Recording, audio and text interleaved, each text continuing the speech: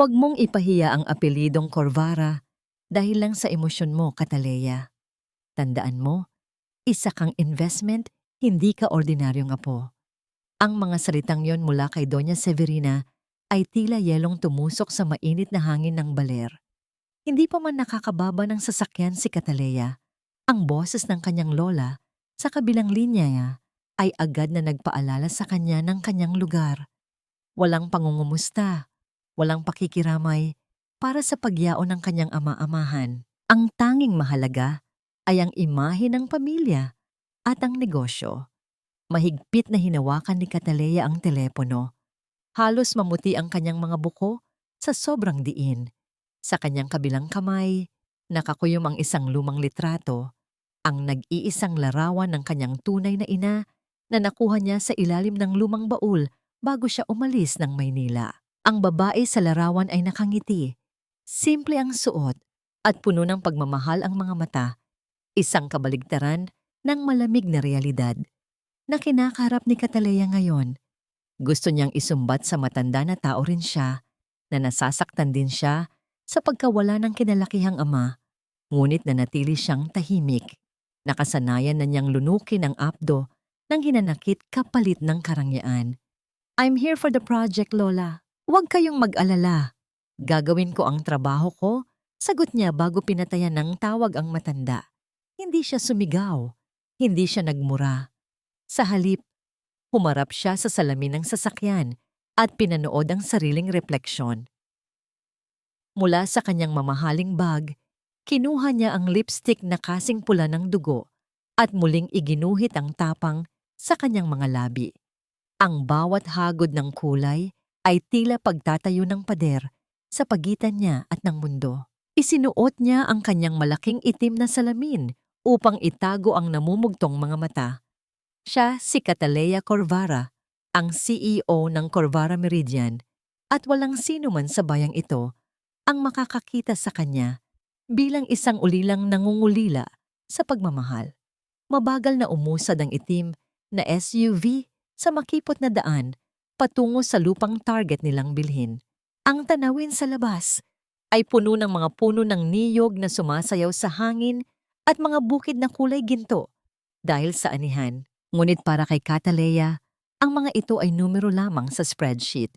Mga ektarya na kailangang patagin para tayuan ng world-class resort. Biglang huminto ang sasakyan dahilan upang mapadukwang siya paharap. Ang katahimikan sa loob ng air-conditioned na kotse ay binasag ng pagkabalisa ng kanyang driver. "Ma'am, may harang po sa daan."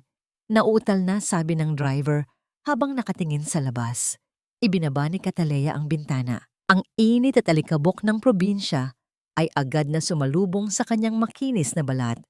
Sa gitna ng daan, isang luma at kalawanging jeep ang nakaparada ng pahalang, hinarangan ng kanilang dadaanan. Sa harap nito ay nakatayo ang isang lalaking nakasuot ng kupas na t-shirt at maong. Ang mga braso ay nakahalukip-kip na tila isang pader na gawa sa bato. Bumaba si Cataleya. Ang tunog ng kanyang high heels ay umalingaw-ngaw sa sementadong kalsada na parang mga martilyo ng awtoridad. Lumapit siya sa lalaki. Taas noo, dala ang hangin ng isang taong sanay na sinusunod ang bawat utos. "Excuse me, mister. I believe you are blocking a private vehicle," matigas niyang sabi. Lumingon ang lalaki. Ang kanyang mukha ay may bahid ng grasa at pawis, ngunit ang kanyang mga mata ay matatalim at puno ng apoy. Ito ay si Dr. Isagani Salgado, o Riven para sa mga taga roon. Tiningnan niya si Cataleya mula ulo hanggang paa, hindi bilang paghanga, kundi bilang pagsusuri sa isang virus na pumasok sa kanyang teritoryo. "Pribado man ang sasakyan mo, Miss Corvara, pampubliko naman ang daan na to. At kasalukuyan kaming nag-aani," sagot ni Riven sa malalim na Tagalog. Sadyang ipinaparamdam na dayuhan si Cataleya sa sarili niyang bayan. Tinuro niya ang mga magsasakang nagbubuhat ng sako ng palay sa kabilang bahagi ng kalsada. "I have a tight schedule. Bayaran mo sila para tumabi." Mabilis na sagot ni Cataleya. Akmang bubuksan ng kanyang pitaka. Para sa kanya, Lahat ng problema ay may presyo. Isang mapait na ngiti ang sumilay sa labi ni Riven. Lumapit siya ng kaunti, sapat para maamoy ni Cataleya ang pinaghalong amoy ng lupa at antiseptiko mula sa kanya. Hindi lahat ng bagay ay nabibili ng pera ninyo. Ang akala nyo ba, dahil namatay na ang ama mo, pwede nyo nang gawin ang lahat dito? Nagkakamali ka. Naramdaman ni Cataleya ang pag-iinit ng kanyang pisngi. Ang pagbanggit sa kanyang ama ay isang direktang insulto. Akmang sasagot siya nang matalim nang biglang may mangyari sa likuran ni Riven. Isang matandang magsasaka ang natalisod habang pasan ang mabigat na sako. Bumagsak ito sa lupa at ang sako ay dumagan sa kanyang paang may sugat. Sa isang iglap, nawala ang angas sa mukha ni Riven. Mabilis pa sa kidlat, tumakbo siya palapit sa matanda. Agad lumuhod si Riven sa maalikabok na lupa. Walang pakialam kung marumihan man ang kanyang suot. Sa isang iglap, ang doktor na puno ng puot at paghamon ay naglaho at ang pumalit ay isang lalaking may kamay na kasing ingat ng isang ina. Dahan-dahan niyang inalis ang sako mula sa paanan ng matanda at sinuri ang namamaga nitong bukong-bukong.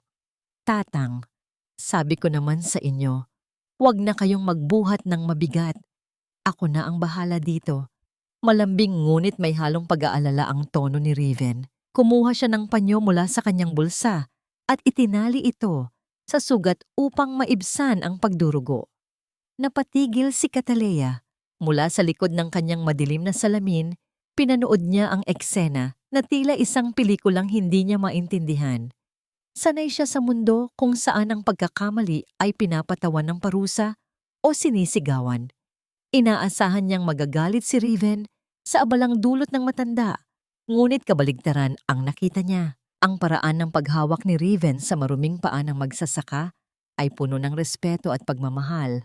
Isang bagay na hindi naramdaman ni Cataleya kahit noong nakaratay ang kanyang ama-amahan sa ospital. Sa huling mga sandali ng kanyang ama, pinalibutan ito ng mga abogado at doktor. Ngunit walang sino man ang humawak sa kamay nito nang may ganitong klaseng init. Isang kakaibang kirot ang gumapang sa dibdib ni Cataleya. Hindi ito awa para sa matanda, kundi isang uri ng inggit. Inggit sa isang simpleng magsasaka na kahit sugatan at mahirap ay may taong handang lumuhod sa alikabok para sa kanya. Samantalang siya, na nakatayo sa tuktok ng yaman, ay kailangang magbayad para lang pakinggan. Tumayo si Riven matapos masigurong ayos na ang matanda. Tinulungan niya itong umupo sa lilim ng puno ng mangga bago muling hinarap si Cataleya. Ang kaninang lambot sa kanyang mga mata ay muling naglaho at napalitan ng pader na gawa sa yelo. Umalis na kayo, Miss Corvara. Hindi kailangan ng bayang ito ang pera nyo. Ang kailangan namin ay ang lupang kinakamkam nyo. Mariing sabi ni Riven habang pinapagpag ang alikabok sa kanyang tuhod. Bumalik ang pagka-alerto ni Cataleya. Ang apelyidong Corvara ay binigkas ni Riven na parang isang sumpa, puno ng lason at mapait na kasaysayan. Ginagawa ko lang ang trabaho ko, Dr. Salgado. At kung talagang nagmamalasakit ka sa kanila, alam mong ang resort na ito ang magbibigay ng trabaho at pag-asa sa bayan nyo. Sagot ni Cataleya. Pilit na pinatatag ang boses kahit na ang kanyang loob ay unti-unting nilalamon ng konsensya. Akmang sasagot pa sana si Riven nang biglang yumanig ang lupa sa kanilang paanan. Ang mga ibon sa mga puno ng niyog ay sabay-sabay na lumipad palayo. Tila may paparating na dilubyo. Mula sa likuran ng kakahuyan, isang dambuhalang anino ang unti-unting lumitaw. Ang maitim na usok ay pumailan lang sa hangin. Dala ang amoy ng nasusunog na krudo na humalo sa sariwang hangin ng probinsya. Nanlaki ang mga mata ni Cataleya nang makita ang isang higanting bulldozer na may tatak ng Corvara Meridian na walang habas na sumasagasa sa mga tanim na palay. Ang bakal na ngipin ng makina ay nag-iiwan ng malalim na sugat sa lupa. Wawasakin ang lahat ng madadaanan nito. Teka, wala pa akong utos! Sigaw ni Cataleya, ngunit ang kanyang tinig ay nilamon ng ingay ng makina. Ang bulldozer ay hindi humihinto. Ang direksyon nito ay hindi sa kalsada, kundi diretso sa maliit na kubol kung saan nakaupo ang matandang magsasaka at naglalaro ang ilang mga bata. Ang driver nito ay tila bulag sa mga taong nasa daanan, sunod-sunuran lamang sa utos ng isang taong mas makapangyarihan pa kay Cataleya. Tumakbo si Riven. Wala siyang sandata, walang kapangyarihan, tanging ang kanyang sariling katawan. Humarang siya sa gitna ng daan, sa pagitan ng dambuhalang bakal at ng mga taong kanyang pinoprotektahan. Itinaas niya ang kanyang mga kamay, hindi bilang pagsuko, kundi bilang pagtutol. Sa sandaling iyon, nakita ni Cataleya ang katotohanan. Hindi siya ang prinsesa na dumating para iligtas ang bayan. Siya ang dambuhalang makina na handang pumatay para sa kita. At ang lalaking nasa harap nito, ang doktor na kinasusuklaman niya, ay handang mamatay para sa isang bagay na hindi nabibili ng salapi. Ang anino ng bulldozer ay tumabon kay Riven at sa unang pagkakataon sa buhay ni Cataleya, naramdaman niya ang tunay na takot, hindi para sa kanyang sarili, kundi para sa lalaking handang magpakabayani sa harap ng kanyang kasalanan.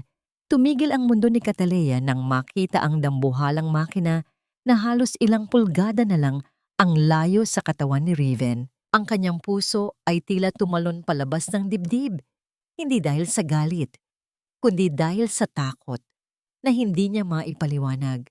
Bago pa man makapag-isip ang kanyang utak, ang kanyang mga paa ay kusa ng kumilos. Tumakbo siya palapit sa bulldozer. Ang kanyang mga mamahaling takong ay bumaon sa malambot na lupa. Ngunit wala siyang pakialam. Tigil mo yan! Stop it right now! Ang sigaw ni Cataleya na umalingaw-ngaw sa buong palayan. Ang kanyang tinig ay basag, puno ng desperasyon na hindi niya kailanman ipinakita sa boardroom ng kumpanya. Agad na huminto ang makina. Ang usok mula sa tambutso nito ay dahan-dahang nawala sa hangin, naiwan ang isang nakabibinging katahimikan. Ang driver, isang lalaking namumutla sa takot, ay dali-daling bumaba mula sa driver's seat nang makita ang nag-aapoy na mga mata ng kanyang amo. "Ma'am, sumusunod lang po ako sa utos ni Sir Aldrin," nanginginig na katwiran ng driver. Hindi siya pinatapos ni Cataleya.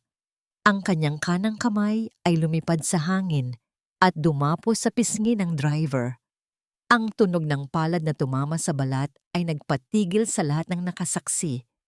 Masakit ang palad ni Cataleya na manhid ang kanyang mga daliri, ngunit mas masakit ang naramdaman niyang takot kanina. "Get out of my sight. You're fired." Malamig, ngunit madiin na utos ni Cataleya. Ang kanyang dibdib ay mabilis na tumataas baba, habang ang kanyang mga kamay ay nanginginig sa gilid ng kanyang katawan. Pilit niyang kinakalma ang sarili, pilit ibinabalik ang maskara ng isang matapang na CEO, ngunit ang nangyari ay masyadong totoo para maitago agad. Humarap siya kay Riven. Inaasahan niyang makakakita ng pasasalamat o kahit man lang bahagyang paglambot ng ekspresyon nito, ngunit nagkamali siya. Ang mga mata ni Riven ay nanatiling matigas, tila isang pader na bato na hindi kayang tibagin ng kahit anong drama. "Bravo, Miss Corvara. Napakahusay na palabas," ang mapanuyang sabi ni Riven habang dahan-dahang pinapagpag ang alikabok sa kanyang damit. "Good cop, bad cop? Ganon ba ang strategy niyo? Papadalhan niyo ako ng bulldozer para takutin ako, tapos darating ka bilang tagapagligtas para magmukha kang mabait?" Natigilan si Cataleya. Ang init na naramdaman niya kanina ay napalitan ng lamig. Hindi niya akalain na sa kabila ng pagliligtas niya rito, siya pa rin ang kontrabida sa kwento nito. "I didn't order that, Riven. Muntik ka nang mamatay at yan pa ang sasabihin mo sa akin?" Ang sagot niya, na may halong hinanakit na pilit niyang itinatago. Tumingin si Riven sa paligid, sa mga magsasakang takot na takot at sa mga batang nagtatago sa likod ng kanilang mga ina. Muli niyang ibinalik ang tingin kay Cataleya, puno ng paghatol. "Muntik na akong mamatay dahil sa kumpanya niyo. Huwag kang umasta na parang wala kang kinalaman dito. Ang apelyido mo pa lang, panganib na." sa amin. Tinalikuran siya ni Riven at naglakad pabalik sa maliit na kubol kung saan naroon ang mga bata. Naiwan si Cataleya na nakatayo sa gitna ng bukid. Ang hangin ay humahampas sa kanyang mukha. Dala ang amoy ng ulan na nagbabadya. Gusto niyang sumigaw. Gusto niyang ipaliwanag na hindi siya katulad ng kanyang pamilya. Pero paano niya gagawin yon kung ang pangalan niya mismo ang nagpapahamak sa kanila? Para makahinga, naglakad-lakad si Cataleya palayo sa kumpol ng mga tao. Tinungo niya ang bahagi ng lupain na malapit sa ilog, ang mismong lugar na nakatakdang tayuan ng main lobby ng resort. Dito, tahimik ang paligid. Ang tubig sa ilog ay malinaw, sumasalamin sa kulay-abong langit. Sa gilid ng pampang, may isang maliit na bahay kubo na tila babagsak na sa kalumaan. Habang pinagmamasdan niya ang payapang agos ng tubig, naramdaman niya ang isang presensya sa kanyang likuran. Lumingon siya at nakita ang isang batang lalaki. Marahil ay nasa 5 taong gulang. Bilugan ang katawan nito, may dumi sa pisngi, at ang suot na sando ay maluwag at kupas na. Ito ay si Bochog, ang pamangkin ni Riven. Hindi natakot ang bata sa matalim na tingin ni Cataleya. Sa halip, lumapit pa ito. Ang mga mata ay bilog at puno ng pag-usisa. Tila isang alien na nakakita ng bagong specimen. May hawak itong isang bagay sa maliit at marumi nitong kamay. Inilahad ng bata ang kanyang palad. Sa gitna nito ay isang piraso ng candy, isang murang tamarin candy na nababalutan ng pinong alikabok at bahagyang natutunaw na dahil sa init. Gusto mo? Inosenteng tanong ni Bochog. Natigilan si Cataleya. Sa kanyang mundo, ang mga regalo ay may kapalit. Ang mga ito ay pabor, suhol o pambayad utang. Ang isang simpleng alok na walang hinihinging kapalit mula sa isang paslit ay isang wikang matagal na niyang kinalimutan. Para siyang pinapatingin sa isang salamin na nagpapakita kung gaano na siya kahungkag. Nag-alinlangan siya. Ang isang bahagi ng kanyang utak ay sumisigaw tungkol sa germs sa kanyang mamahaling damit na baka madumihan. Ngunit ang puso niya, ang bahaging matagal nang natutulog, ay nakakita ng isang bagay na iba. Isang dalisay na kabaitan na hindi nabibili ng pera. Dahan-dahan niyang iniabot ang kamay at kinuha ang maliit at malagkit na candy. Salamat, pabulong niyang sabi. Halos hindi marinig. Ang salitang iyon ay tila bago sa kanyang mga labi. Isang malapad at bungal na ngiti ang isinukli sa kanya ni Bochog. Bago ito tumakbo pabalik sa kanyang Tito Riven, masayang-masaya na tila nakagawa ng isang malaking kabutihan. Naiwan si Cataleya, nakatingin sa candy sa kanyang palad.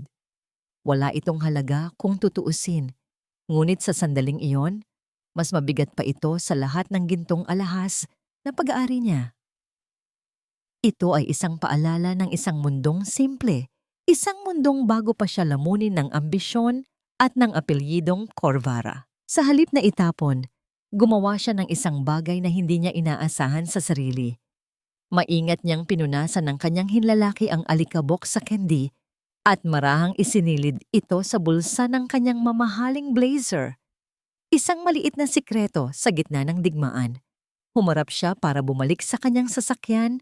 Ang isip ay gulong-gulo sa magkasalungat na emosyon.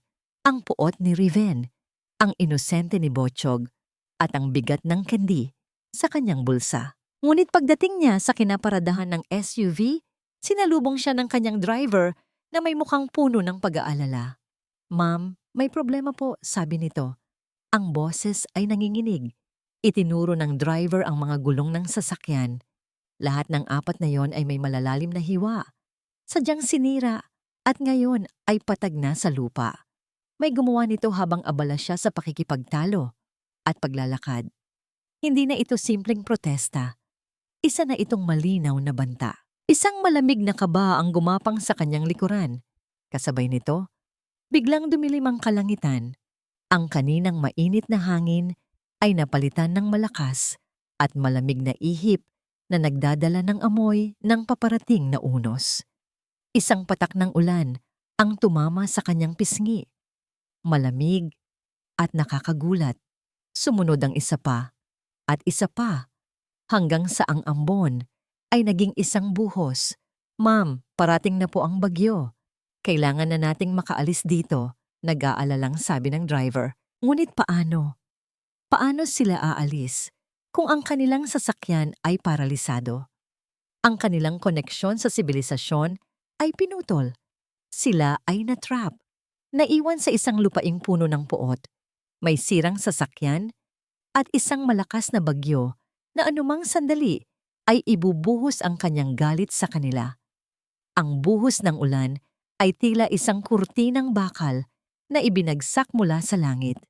Agad na binura ang tanawin ng palayan at iniwan lamang ang kulay abong kawalan. Ang hangin ay sumisipol sa mga siwang ng bintana ng sasakyan, dala ang lamig na tumatagos hanggang sa buto. Para kay Cataleya, ang bawat patak na humahampas sa bubong ng SUV ay isang paalala ng kanyang sitwasyon. Na sa kabila ng kanyang yaman at kapangyarihan, siya ay isang bilanggo ng kalikasan at ng galit ng mga taong hindi niya kilala. Sa di kalayuan, sa loob ng kanyang sariling sasakyan na ligtas sa tuyo, pinapanood ni Aldrin de Vera ang eksena na parang isang direktor na nasisiyahan sa takbo ng kanyang pelikula. Malamig ang hangin sa labas, ngunit mas malamig pa ang nanggisi sa kanyang mga labi habang idinadial niya ang numero ng kanilang reyna. Lola, it's done. Malambing niyang sabi nang sumagot ang kabilang linya.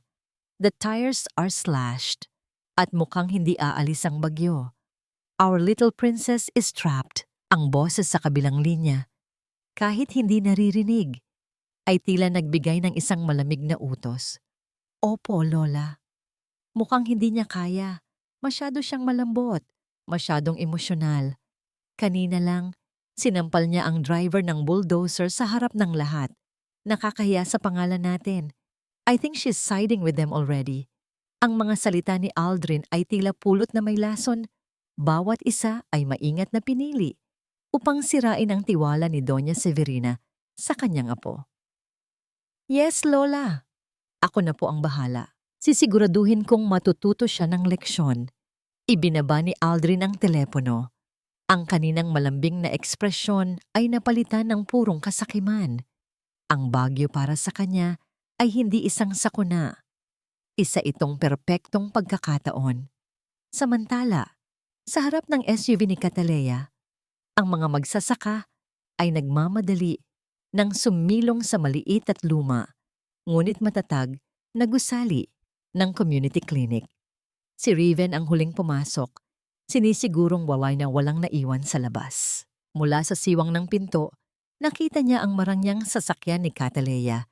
Nag-iisa sa gitna ng rumaragasang ulan, tila isang itim na kabaong na lumulutang sa dagat ng putik.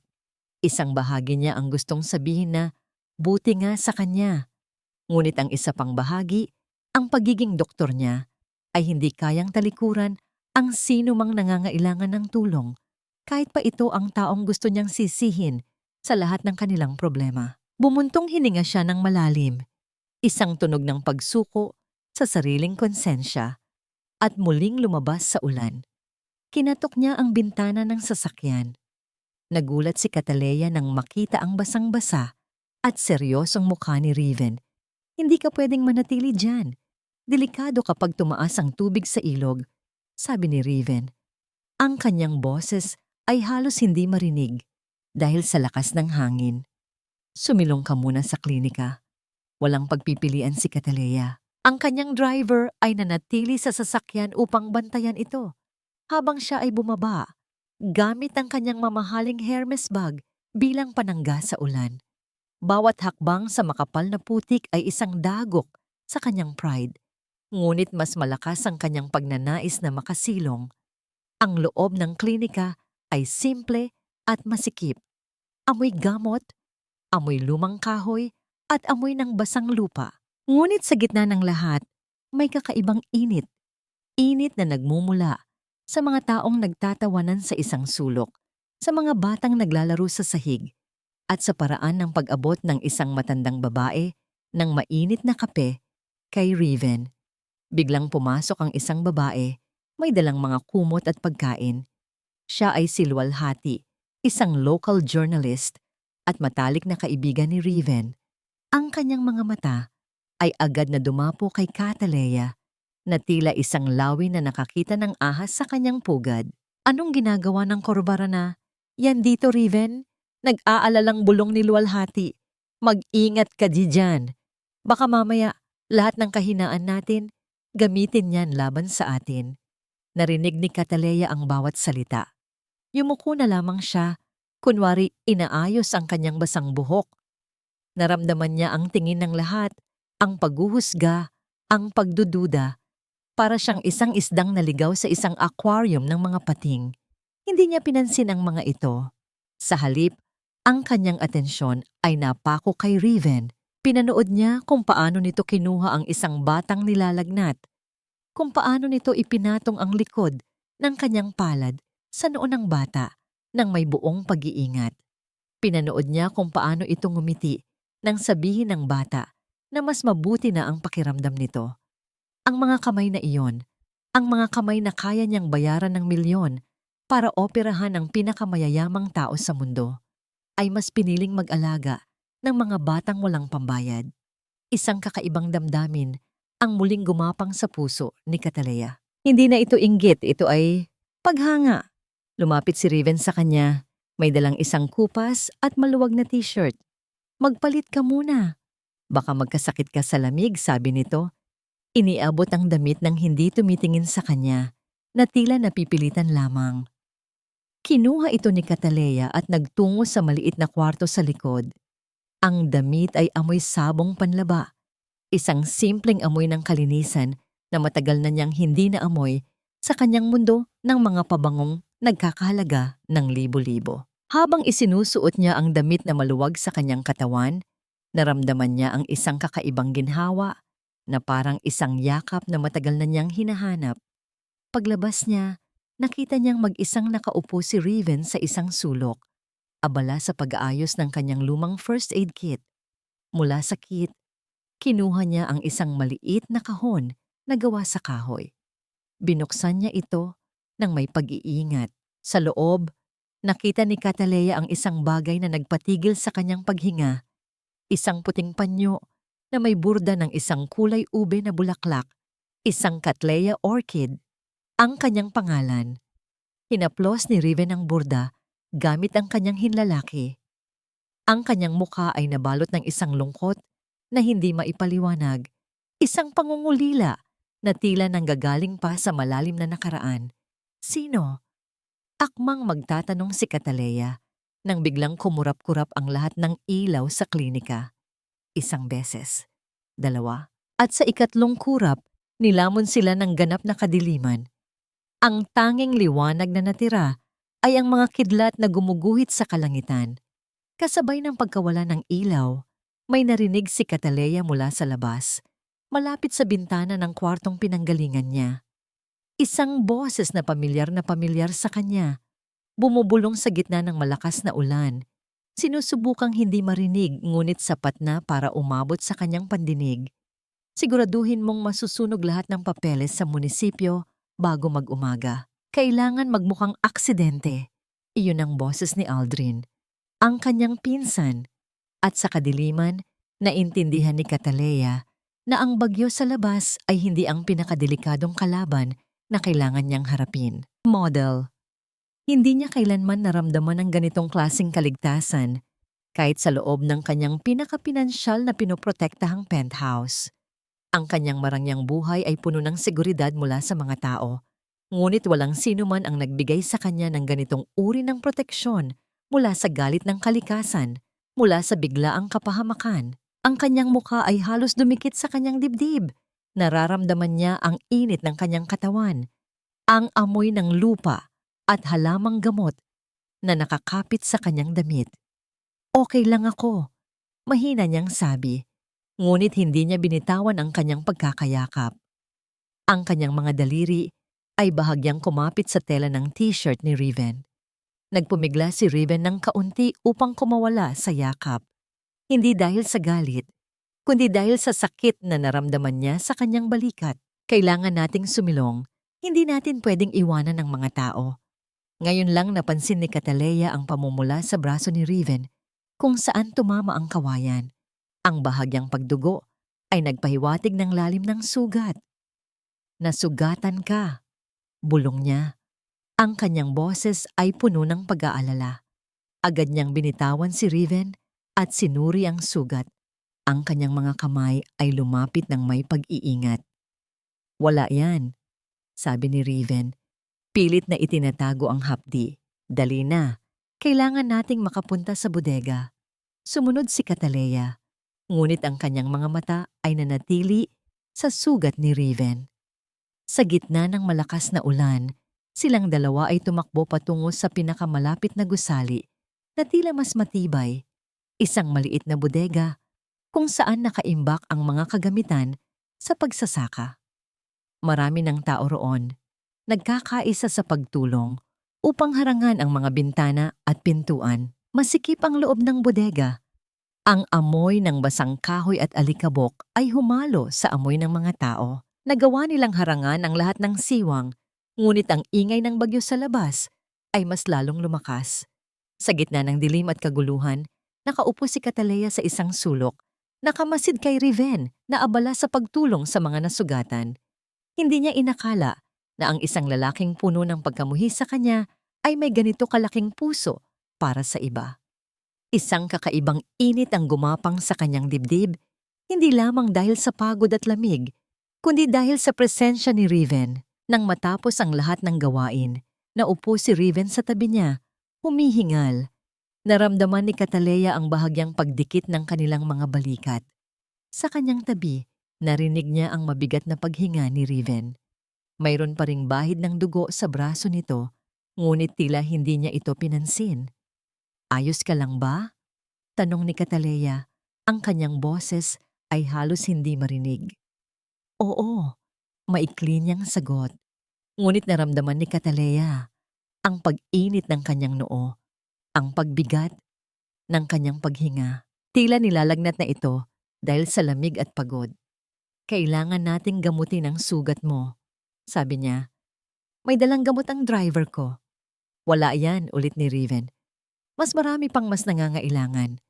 Ngunit sa mga mata ni Cataleya, walang mas nangangailangan pa kaysa sa lalaking ito na halos magpakabayani para sa iba.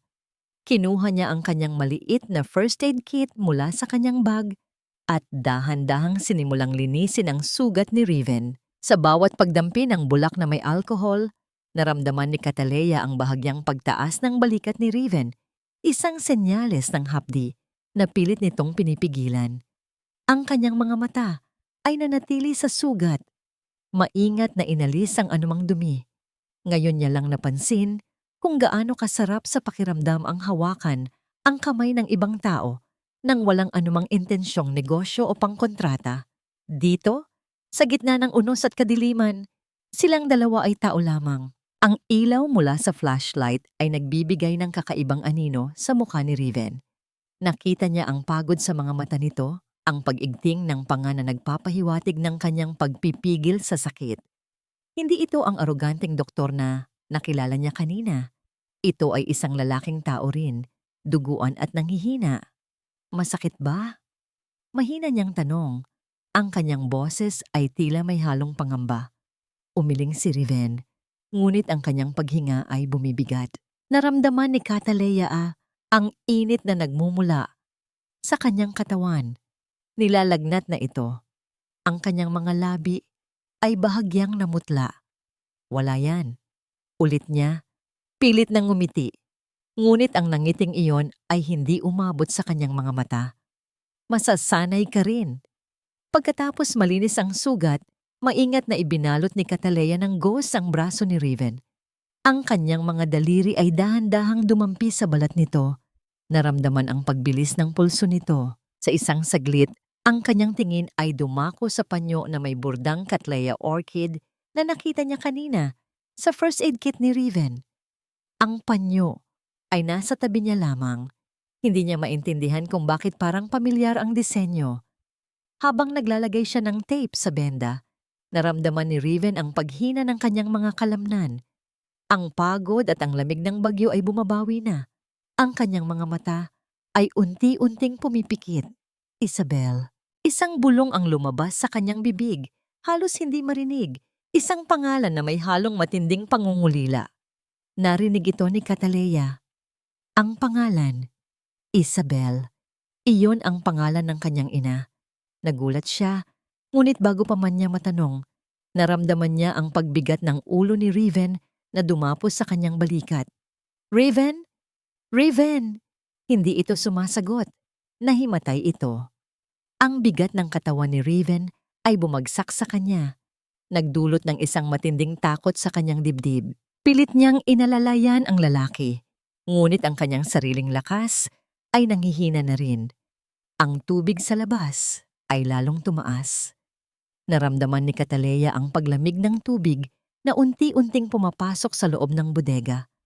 Umaabot na sa kanyang mga bukong-bukong. Ang lumang sahig na kahoy ay tila umiikot sa ilalim ng kanilang mga paa. Ang malakas na hangin ay umuuga sa bubong na nagiging sanhi ng pagbagsak ng maliliit na piraso ng kahoy. Napahawak si Cataleya ng mahigpit kay Riven, ang kanyang puso ay puno ng desperasyon. Kung bibitawan niya ito, tiyak na babagsak ito sa malamig na tubig. Kung manghihina siya, baka pareho silang mamatay.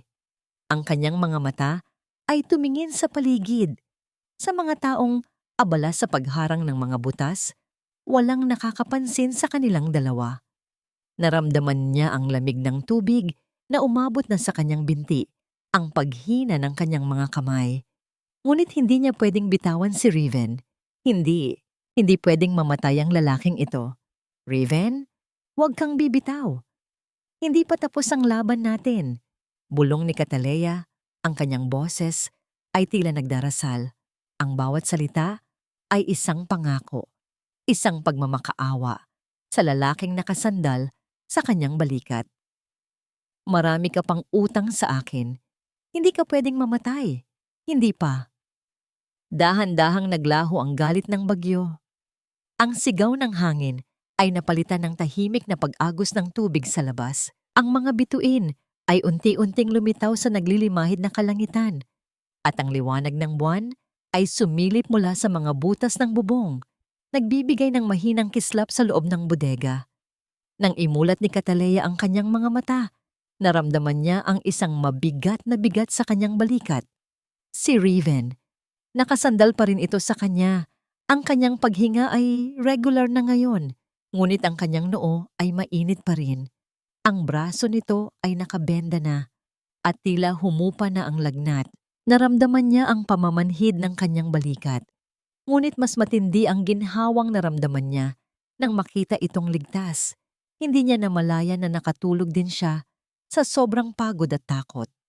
Maingat niyang inilayo ang ulo ni Riven mula sa kanyang balikat at isinandal ito sa pader. Sinuri niya ang mukha nito, ang mahabang pilikmata na humahaplos sa kanyang pisngi. Ang matigas na panga na ngayon ay nakaka-relax na. Sa unang pagkakataon, hindi siya nakaramdam ng galit, kundi isang kakaibang lambing. Dahan-dahang nagising si Riven. Nagulat siya nang makita si Cataleya na nakaupo sa tabi niya, nakatitig sa kanya. Anong oras na? Mahina niyang tanong. Ang kanyang boses ay bahagyang paos. Madaling araw na, sagot ni Cataleya. Humupa na ang bagyo. Umupo ng maayos si Riven. Sumasakit pa rin ang kanyang balikat, ngunit ang lagnat ay bumaba na. Tumingin siya sa paligid. Ang ibang mga tao ay mahimbing pa ring natutulog, tila pagod na pagod sa nangyari. Salamat, sabi ni Riven. Ang mga salita ay tila hirap na hirap lumabas sa kanyang bibig. Nagulat si Cataleya sa kanyang narinig. Hindi niya inasahan na magsasabi ng salamat ang lalaking ito sa kanya. Salamat sa pagbabantay sa akin. Umiling si Cataleya. No problem. Kasalanan ko kung bakit ka nasugatan. Isang awkward na katahimikan ang bumalot sa kanila. Ang tanging maririnig ay ang tahimik na pagpatak ng tubig mula sa butas ng bubong at ang paghinga ng mga natutulog na tao. Gutom ka na ba? Tanong ni Riven. Pilit na iniba ang usapan. Mayroon pa tayong stock ng gulay at konting manok. Oo, Sagot ni Cataleya. Ang kanyang tiyan ay matagal nang kumakalam, ngunit hindi niya pinansin dahil sa kaguluhan. Tumayo si Riven, dahan-dahang inalalayan ang kanyang sarili. Nagpunta siya sa isang sulok ng bodega at kumuha ng maliit na lutuan. Sa ilaw ng flashlight, sinimulan niyang ihanda ang sopas. Kumuha siya ng mga gulay, sibuyas, bawang at manok. Hindi nagtagal, isang masarap na amoy ang kumalat sa buong bodega. Pinanood ni Cataleya ang bawat galaw ni Riven. Kung paano niya hiniwa ang sibuyas, kung paano niya inihalo ang manok. Hindi ito ang mga eleganteng galaw ng isang chef sa isang mamahaling restaurant. Ito ay mga galaw ng isang taong sanay sa hirap, ng isang taong nagluluto, hindi lang para sa sarili, kundi para sa kanyang komunidad. Nang maluto ang sopas, sinalok ni Riven ito sa isang malaking mangkok at nilapag sa harap ni Cataleya. Ang singaw mula sa mainit na sopas ay humaplos sa kanyang mukha. Kumuha siya ng kutsara at dahan-dahang isinubo ang unang subo. Nagulat si Cataleya. Ang kanyang mga mata ay nanlaki. Ang lasa na yon ay bumalik sa kanya. Isang lasa na matagal na niyang kinalimutan. Ito ay ang lasa ng kanyang pagkabata. Ang lasa na huli niyang natikman bago nawala ang kanyang ina. Nagsimulang mangilid ang luha sa kanyang mga mata. Hindi ito luha ng kalungkutan, kundi luha ng matinding pangungulila at pag-alaala. Ang bawat subo ay tila isang pagbabalik sa nakaraan, isang yakap mula sa kanyang ina. This taste, sabi niya, ang kanyang boses ay basag. Parang ito ang niluluto ng mama ko. Tinitigan siya ni Riven. Ang kanyang mga mata ay puno ng lungkot na tila alam niya ang lahat. May gustong sabihin si Riven, may gustong ipagtapat, ngunit tila may pumipigil sa kanya. Sa loob ng 20 taon, patuloy ni Cataleya, ang mga luha ay patuloy na umaagos sa kanyang pisngi. Hindi ko na ito natikman. Hindi ko na inakala na mararamdaman ko ulit ang ganitong lasa. Thank you. Nag-angat ng tingin si Cataleya kay Riven. Ang kanyang mukha ay puno ng pasasalamat. Ngayon, sa unang pagkakataon, hindi niya nakita si Riven bilang isang kalaban, kundi bilang isang tagapagbigay ng alaala. Walang imik na kumuha si Riven ng isa pang kutsara at muling sinubuan si Cataleya. Ang kanyang mga mata ay nakatitig sa kanya, puno ng pag-unawa at isang uri ng pagmamalasakit na hindi niya inakala na mararamdaman niya mula rito. Hindi na niya ito nakita bilang isang mapagmataas na doktor o isang kaaway. Nakita niya ang isang kaluluwang puno ng misteryo, isang taong nagtatago ng isang bahagi ng kanyang nakaraan. Samantala, sa labas ng bodega, sa gilid ng ilog na humupa na ang tubig, nakita ni luwalhati ang isang bagay na nagpatigil sa kanyang paghinga. Isang nakakalat na sako ng mga dokumento na naiwan ni Aldrin sa kanyang pagmamadali. Ang mga papeles ay basa, ngunit ang isang bahagi nito ay nagpakita ng isang lumang mapa, isang detalyadong mapa ng sementeryo ng Baler. Ang isang bahagi ng mapa ay may markang pula at doon nakasulat ang isang pangalan, Isabel Corvara. Habang maingat na inilalagay ni Cataleya ang kanyang kutsara sa mangkok, narinig niya ang tunog ng isang sasakyan na papalapit. Isang itim na kotse ang huminto sa harap ng bodega. Bumaba ang isang babae, may edad na, nakasuot ng itim na trahe de boda na may dalang baston. Ang kanyang mukha ay matigas. Ang kanyang mga mata ay nagliliyab sa galit. Si Doña Severina. Tiningnan ni Doña Severina si Cataleya, ang kanyang apo, na nakaupo sa tabi ng isang magsasaka. Ang kanyang damit ay marumi at ang kanyang mga mata ay namamaga dahil sa pag-iyak. Cataleya Victoria Corvara! Ang sigaw ni Doña Severina, ang kanyang boses ay malamig at matalim, na tila isang latigo na humahampas sa katahimikan ng madaling araw. Ano ang ginagawa mo sa lugar na ito? At bakit ka nakadamit na parang basahan? Ang kanyang tingin ay dumapo kay Riven. at ang kanyang mga mata ay kumislap sa pagkasuklam. Sa isang iglap, inangat ni Doña Severina ang kanyang kamay at isang malakas na tunog ang umalingaw-ngaw sa buong budal. Isang sampal ang lumapag sa pisngi ni Cataleya na nag-iwan ng isang malaking bakas ng pulang kamay. Ang sampal ni Doña Severina ay hindi lamang tumama sa pisngi ni Cataleya. Tumagos ito sa kanyang puso. Iniwan ang isang hapdi na mas masakit pa sa pisikal na sakit.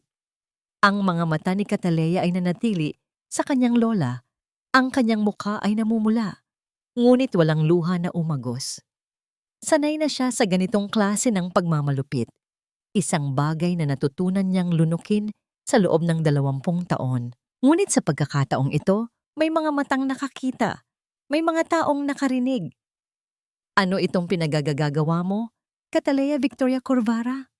Ang apelyidong Corvara ay pinangangalagaan, hindi binababoy. Ang boses ni Doña Severina ay malamig, matalim, at umaalingaw-ngaw sa buong bodega.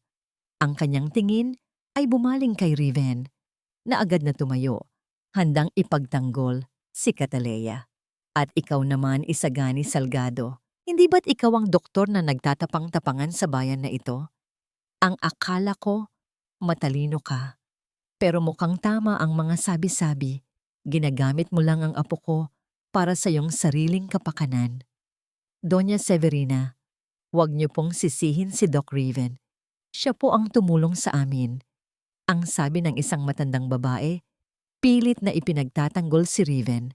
Ngunit pinatahimik ni Doña Severina ang matanda sa isang sulyap. Tumahimik ka, Aling Pacing. Hindi ko kailangan ng opinyon mo. Ito ay usapin ng pamilya Corvara. At Cataleya, tingnan mo ang sarili mo. Nakadamit ka na parang basahan, nakikipaghalubilo sa mga taong ito. Ito ba ang pagpapalaki ko sa iyo? Ang lola mo ako, at ang mga desisyon ko ay para sa kabutihan mo.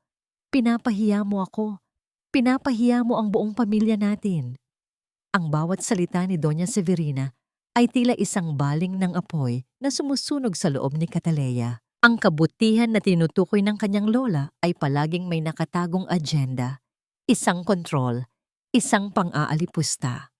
Ang kanyang puso ay nakaramdam ng matinding galit, hindi lamang para sa sarili, kundi para kay Riven na pinagmumukharing masama.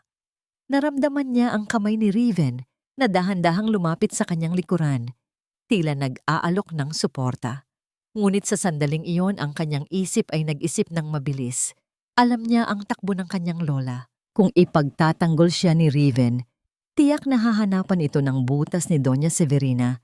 Sisirain ang pangalan nito at baka pati ang maliit nitong klinika ay ipasara. Kailangan niyang ilayo si Riven sa apoy. Sa loob ng ilang sandali, tiningnan ni Cataleya si Riven.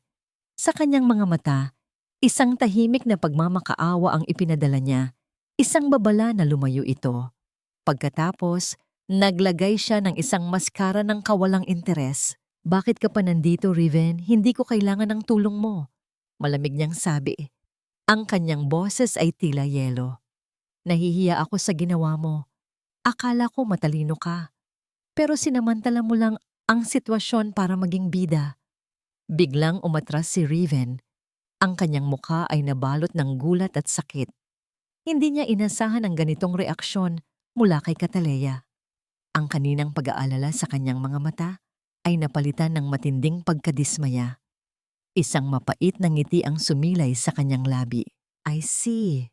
Mikli niyang sabi, puno ng pagkabigo. So Corvara is still Corvara. Tinalikuran siya ni Riven. Lumabas siya ng bodega. Ang kanyang balikat ay bahagyang yuko. Naglaho sa papalabas na kadiliman ng madaling araw. Narinig ni Cataleya ang paglakad ng kanyang mga paa sa putik, papalayo sa kanya. Bawat hakbang ay tila isang kutsilyong tumutusok sa kanyang dibdib. Naramdaman niya ang kirot, ang matinding sakit ng pagtataboy sa taong nagligtas sa kanya. Ngunit alam niya na ito ang tanging paraan upang maprotektahan ito mula sa mas malaking pinsala. Pagkaalis ni Riven, bumaling si Doña Severina kay Cataleya. Mabuti naman at nakita mo ang katotohanan. Ngayon, umalis na tayo dito. Nakakahiya. Sinundan ni Cataleya ang kanyang lola. Ang kanyang mga paa ay mabigat.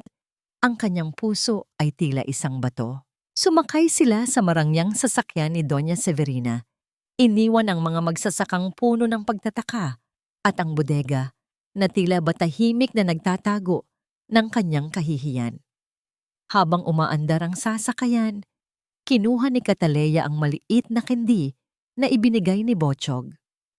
Mahigpit niyang hinawakan ito sa kanyang palad. Ang matamis na amoy ng tamarind ay tila isang tanging paalala ng isang sandaling kabaitan sa gitna ng lahat ng kapaitan. Ito ay ang tanging nag-uugnay sa kanya sa mundong iyon, sa mundong simple, sa mundong may pagmamahal. Samantala, sa labas ng bayan, sa isang nakatagong lugar, nakita ni Aldrin ang sarili na nakaharap sa isang lumang sementeryo. Ang hangin ay humahaplos sa kanyang mukha. Dala ang amoy ng lumang lupa at mga bulaklak na natuyo na. Mula sa kanyang bulsa, kinuha niya ang isang lumang susi. Doña Severina, matanda na kayo. Hindi niyo na kailangan magpanggap na matapang. Bulong ni Aldrin sa sarili. Ang pinakamalaking sikreto niyo, ako ang nakakaalam. Binuksan niya ang gate ng isang lumang libingan. Ang bakal ay naglabas ng tunog ng kalumaan. Pumasok siya at sa gitna ng mga lumang puntod, nakita niya ang isang marmol na lapida na walang nakasulat na pangalan. Ngunit sa ibaba nito, may nakasabit na isang luma at kupas na panyo. Isang panyo na may bordang Cattleya Orchid. Ang parehong borda na nakita ni Cataleya sa first aid kit ni Riven at ang parehong panyo na hinaplos ni Riven kanina. Naramdaman ni Aldrin ang isang kakaibang ngiti sa kanyang labi. Hindi niya alam kung bakit, ngunit ang panyo na iyon ay tila may koneksyon sa kanya. Masyadong madrama ang pamilyang yan, bulong ni Aldrin habang pinagmamasdan ang panyo. Pero mas masarap ang drama kapag ako ang nagdidirect. Sa loob ng kanyang silid sa lumang mansyon, habang ang bagyo ay nagsisimulang humupa, kinuha ni Cataleya ang kanyang laptop. Habang nagbabrowse, nakita niya ang isang lumang folder na nasa kanyang hard drive. Ito ay ang mga papeles ng kanyang amang-amahan na matagal na niyang hindi binubuksan. Kinuha niya ang isang selyadong sobre at binuksan ito. Sa loob, may isang lumang dokumento na tila nagtatago ng isang matagal ng lihim. Isang lumang test result.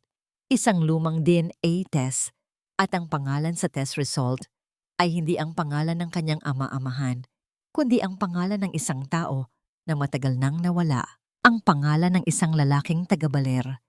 Hindi siya anak ng pamilya Corvara. Ang dokumento sa kanyang kamay ay tila isang malamig na realidad na humampas sa mukha ni Cataleya. Hindi siya anak ng pamilya Corvara. Ang dugo niya ay hindi Corvara. Ang buong buhay niya, ang kanyang identity, ang kanyang pagiging prinsesa ng Corvara Meridian ay isang malaking kasinungalingan. Ang sakit na naramdaman niya sa sampal ng kanyang lola ay walang-wala sa sakit ng katotohanan ito. Naramdaman niya ang kanyang mga tuhod na nanginginig. Ang kanyang tiyan ay kumukulo sa halo-halong galit at pagkabigla. Sino siya? Kung hindi siya Corvara, sino ang kanyang tunay na ama? At bakit niya naitago ang lihim na ito sa loob ng maraming taon? Hindi niya kinaya ang bigat ng impormasyon. Sa gitna ng dilim ng kanyang silid, hinagis niya ang mga dokumento sa sahig. Tumayo siya, ang kanyang katawan ay nanginginig. Kailangan niyang lumabas. Kailangan niyang huminga. Kailangan niyang lumayo sa mga pader na gawa sa kasinungalingan. Nagmamadali siyang lumabas ng mansyon, walang pakialam kung ano ang sasabihin ng kanyang lola. Ang kanyang mga paa ay kusa nang nagtungo sa isang direksyon, sa lugar kung saan siya nakakita ng tunay na kabaitan, sa lugar kung saan siya nakaramdam ng isang kakaibang kapayapaan sa gitna ng unos, ang ilog, ang mga niyog, ang lupa ni Riven. Naglakad siya sa gitna ng basang daan. Ang kanyang mga mamahaling sapatos ay nadumihan ng putik, ngunit wala na siyang pakialam. Ang kanyang isip ay gulong-gulo. Kung totoo ang nakasulat sa dokumento, kung hindi siya anak ng kanyang ama-amahan, bakit siya inalagaan? Bakit niya tinanggap ang isang bata na hindi niya kadugo? Ano ang koneksyon ng kanyang ama sa kanyang tunay na ina, si Isabel? Ang pangalan ni Isabel ay umalingaw-ngaw sa kanyang isip, kasama ang pangalan na ibinulong ni Riven sa gitna ng kanyang lagnat. Nang makarating siya sa gilid ng ilog, huminto siya. Ang hangin ay humahaplos sa kanyang mukha, dala ang amoy ng sariwang lupa at basang dahon. Ang sikat ng araw ay sumisikat na, nagbibigay ng gintong kulay sa ibabaw ng tubig. Sa di kalayuan, nakita niya ang maliit na bahay kubo na nakatayo sa gitna ng mga puno ng niyog. Ang lugar kung saan si Riven at ang kanyang pamilya ay naninirahan. Naramdaman niya ang isang presensya sa kanyang likuran.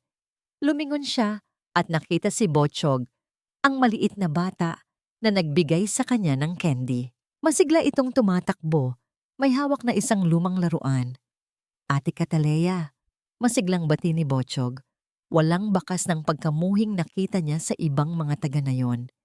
Ang kanyang nangiti ay busilak, walang halong malisya. Lumuhod si Cataleya, ang kanyang mga mata ay nanatili sa bata. Botchog, anong ginagawa mo dito? Naglalaro po ako. Dito po kasi ang bahay ni Lola Angel. Sagot ni Botchog, itinuro ang isang malaking puno ng niyog sa tabi ng kubo. Ang puno ay matanda na. Ang mga ugat nito ay nakabaon ng malalim sa lupa. Lola Angel? Tanong ni Cataleya. Opo, siya po ang mama ni Tito Riven. Siya po ang nagtuturo sa akin ng mga kanta at siya po ang nagtatanim ng mga bulaklak dito. Ang daming katleya dito dati. Paliwanag ni Botchog. Itinuro ang lupang walang bulaklak. Isang matalim na kurot ang naramdaman ni Cataleya sa kanyang puso. Lola Angel. Catleya. Isang koneksyon na hindi niya maintindihan. Alam niya na ang Lola Angel na tinutukoy ni Botchog ay hindi ang ina ni Riven. Sino siya? Bago pa man siya makapagtanong pa, narinig niya ang isang boses mula sa likuran. Botchog, sino ang kausap mo? Si Riven. Lumabas siya mula sa kubo, may hawak na timba ng tubig at nakita niya si Cataleya na nakaupo sa tabi ng kanyang pamangkin. Ang kanyang mukha ay agad na nabalot ng galit. Anong ginagawa mo dito? Matigas niyang tanong. Ang kanyang boses ay tila isang yelo na bumabagsak. Hindi ba't sinabi ko na sa'yo na lumayo ka sa amin? Tumayo si Cataleya. Ang kanyang mga mata ay puno ng sakit at pangungulila. Hindi ako aalis hanggat hindi ko nalalaman ang totoo. Riven, ano ang koneksyon ng mama ko sa'yo? Sino si Isabel? Nagulat si Riven sa kanyang tanong. Ang kanyang mga mata ay nanlaki at ang timba ng tubig na kanyang hawak ay bahagyang kumawala sa kanyang kamay. Ang kanyang matigas na ekspresyon ay unti-unting lumambot, napalitan ng isang halo-halong sakit at pag-aalala. Nakita niya ang pagkabigla at kalungkutan sa mukha ni Cataleya. Hindi ito ang aroganteng CEO. Ito ay isang batang babae na naghahanap ng kasagutan. Paano mo nalaman ang pangalan ng mama mo? Tanong ni Riven. Ang kanyang boses ay naging malambot. May nakita akong mga lumang papeles. Hindi ako anak ng Corvara. Ang mama ko, si Isabel, siya ang tunay kong ina. At ang pangalan niya, narinig ko sa'yo nung nilalagnat ka. Paliwanag ni Cataleya. Ang kanyang mga mata ay nagbabanta ng lumuha. Bumuntong hininga si Riven. Napansin niya ang panginginig ng mga kamay ni Cataleya. Ang kanyang galit ay naglaho, napalitan ng awa. Alam niya na hindi ito ang oras para magtago ng katotohanan. Halika, sabi ni Riven. Ang kanyang boses ay puno ng panginginig, ngunit may halong lambing. May ipapakita ako sa iyo. Naglakad sila patungo sa maliit na kubo na dati nang nakita ni Cataleya. Ang kubo ay simple. Ang mga dingding ay gawa sa kawayan at kogon. Ngunit sa loob, may kakaibang kapayapaan. Sa isang sulok, may isang maliit na altar. At sa ibabaw nito, May nakalagay na isang lumang kahon na gawa sa kahoy. Dahan-dahang binuksan ni Riven ang kahon. Ang loob nito ay puno ng mga lumang gamit. Isang kupas na damit, isang lumang rosaryo, at isang kupas na litrato. Isang litrato ng isang babaeng nakangiti. Ang kanyang mukha ay puno ng pagmamahal. Si Isabel. Nanginginig ang mga kamay ni Cataleya nang abutin niya ang litrato. Ang kanyang mga mata ay bumaha ng luha. Ito ang babaeng nasa kanyang lumang litrato. Ang babaeng matagal na niyang hinahanap. Siya ay si Isabel. Ang mama mo. Malambing na sabi ni Riven. Siya rin ang nag-alaga sa akin nung bata pa ako. Siya ang nagturo sa akin ng sopas. Kinuha ni Cataleya ang kupas na damit sa loob ng kahon. Inamoy niya ito. Ang amoy ng lumang tela, ng araw, at ng isang alaala na matagal nang nawala. Yumuko si Cataleya. Ang kanyang mga tuhod ay lumuhod sa lupa, at ang kanyang katawan ay nanginginig sa pag-iyak. Hawak niya ang damit ng kanyang ina, at sa sandaling iyon, naramdaman niya ang init ng yakap ng isang ina na matagal nang hinahanap. Hindi nagsalita si Riven. Lumapit siya kay Cataleya, ngunit hindi niya ito hinawakan. Sa halip, tumayo siya sa kanyang likuran. Tila isang matibay na pader, pinoprotektahan siya mula sa init ng araw, mula sa mga mata ng mundo. Alam niya na sa sandaling iyon, hindi kailangan ni Cataleya ng mga salita, kundi ng katahimikan at suporta. Sa labas ng kubo, sa gilid ng ilog, may isang dambuhalang makina na dahan-dahang lumalabas mula sa kakahuyan. Ang ilaw mula sa makina ay lumiwanag sa buong palayan. Isang bulldozer. Ang driver nito ay walang habas na sumasagasa sa mga tanim. Papalapit sa kubo ni Riven. Tila may balak na burahin ang lahat ng madadaanan. Ito ay si Aldrin. Bumaba siya mula sa sasakyan, may dalang megaphone. Riven Salgado, lumabas ka dyan. Alam kong nandyan ka. Huwag mong subukang itago ang prinsesa ng Corvara. Sumuko ka na. Susunugin ko ang lahat ng alaala na yan. Ang sigaw ni Aldrin. Ang kanyang boses ay umalingaw-ngaw sa buong lugar. Hindi ka na pwedeng magtago pa. Narinig ni Cataleya ang sigaw. Nag-angat siya ng tingin. Ang kanyang mga mata ay puno ng galit at takot. Ang kanyang ina. Ang kanyang lihim na hardin. Hindi niya hahayaang sirain ito ni Aldrin. Ang sigaw ni Aldrin ay tila isang malakas na suntok sa katahimikan ng madaling araw. Ginising ang lahat ng natutulog. Ang ilaw mula sa dambuhalang bulldozer ay bumalot sa kubo. Binubura ang mga anino at inilalantad ang bawat detalye. Si Cataleya, na nakayakap pa rin sa lumang damit ng kanyang ina, ay nag-angat ng tingin. Ang kanyang mga mata ay puno ng galit na hindi niya kailanman naramdaman. Ang kanyang lihim na hardin, ang tanging natitirang koneksyon sa kanyang ina, ay nanganganib na nasirain. Lumabas ka dyan, Riven Salgado. Alam kong nandyan ka. Huwag mong subukang itago. Ang prinsesa ng Corvara. Sumuko ka na. Susunugin ko ang lahat ng alaala na yan. Ulit ni Aldrin, ang kanyang boses ay puno ng kasamaan. Hinawakan ni Riven ang braso ni Cataleya, ang kanyang mukha ay seryoso. Kailangan nating lumabas. Kailangan mong marinig ang buong kwento. Tumayo si Cataleya. Ang kanyang mga paa ay matatag. Hindi na nanginginig tulad kanina. Sa kanyang mga kamay, mahigpit niyang hawak ang lumang damit ni Isabel. Hindi na siya ang takot na Cataleya na matagal nang naghahanap ng pagmamahal. Ngayon, siya ay isang anak na handang ipaglaban ang kanyang ina. Lumabas sila ng kubo. Sinalubong sila ng matatalim na tingin ni Aldrin na nakatayo sa harap ng bulldozer. Tila isang demonyo na naghihintay na manira. Aba, lumabas din kayo, sabi ni Aldrin. Isang mapanuyang ngiti ang sumilay sa kanyang labi. Prinsesa, akala ko ba magaling ka sa negosyo? Bakit ka nakikipaghalubilo sa mga pulubi? Aldrin, ano ba ang ginagawa mo? Tanong ni Cataleya. Ang kanyang boses ay matatag, puno ng kapangyarihan na matagal nang natutulog sa loob niya. Ginagawa ko lang ang trabaho ko, ang utos ni Lola. Para sa kinabukasan ng Corvara Meridian, sagot ni Aldrin. At ang lupang ito dapat nang mawala. Mayaman tayo. Hindi natin kailangan ang mga lumang alaala ng mga mahihirap. Hindi mo naiintindihan, sabi ni Catalea. Ang lupang ito ang alaala ng mama ko. Mama mo? Si Isabel? Mapanuyang sabi ni Aldrin. Ang babaeng nag-iwan sa'yo para sa isang hamak na magsasaka? Ang babaeng pinahiya ang pangalan ng Corvara? Hayaan mo na siyang mamatay kasama ng kanyang mga alaala. Wala na siyang silbi.